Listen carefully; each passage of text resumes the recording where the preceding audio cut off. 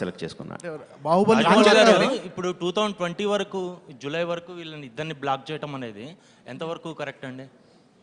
ఎంత తప్పండి అది ఏమన్నా? అంటే అంటే ఇద్దరు హీరోలకి ఒక 100 crores బిజినెస్ ఉంది, మార్కెట్ ఉంది. మీరు 300 crores బిజినెస్ చేయొచ్చు, 500 crores బిజినెస్ చేయొచ్చు. ఈలోపు ఇండస్ట్రీలో మనీ జనరేట్ అవుతుంది కదా.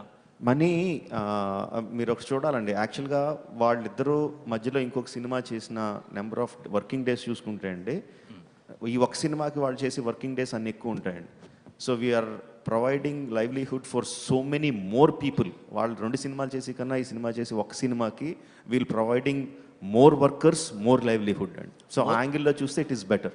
అంటే మన పర్స్పెక్టివ్ అండి, మన పర్స్పెక్టివ్. యాజ్ ఎ వ్యూయర్గా ఇద్దరిని ఒక 2 సినిమాలు చూడాలి ఇయర్కి అనే ఒక యాంగిల్ ఉంటుంది కదా, దాని గురించి అడుగుతున్నాను.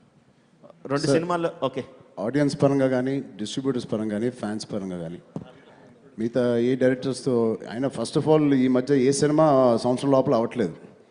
ఆయన మమ్మల్ని ఆల్మోస్ట్ 1 yearలోనే వదిలేస్తున్నారు. ఇంకోటి అది పక్కన పెడితే వదిలేస్తున్నారు కదా, రాజమౌళి గారు వాళ్ళిద్దరిని ఎప్పుడు అది పక్కన పెడితే అండి, ఆయనతో ఎప్పుడు సినిమా చేసినా ఏ డైరెక్టర్ అయినా, ఏ ప్రొడ్యూసర్కైనా, ఏ హీరోకైనా అదొక 10 సినిమాలు 10 సంవత్సరాల వరకు గుర్తుండిపోయే సినిమా అవుతుంది.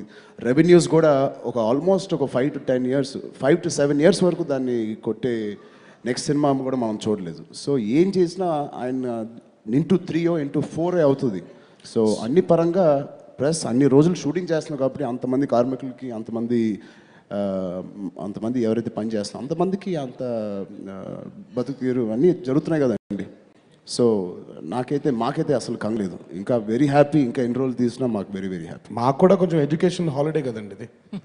తొందరపడకుండా ఊరికే కంగారుగా చేసేయకుండా ఇక్కడ కూర్చుంటే కనీసం నేర్చుకుంటున్నాంగా కొత్తవి ఏం చేయాలో. బహుశా ఇదే మా నెక్స్ట్ ఎడ్యుకేషన్ హాలిడే అంటాం దీన్ని మేము. స్కూల్ ఎక్స్కర్షన్కి తీసుకెళ్ళి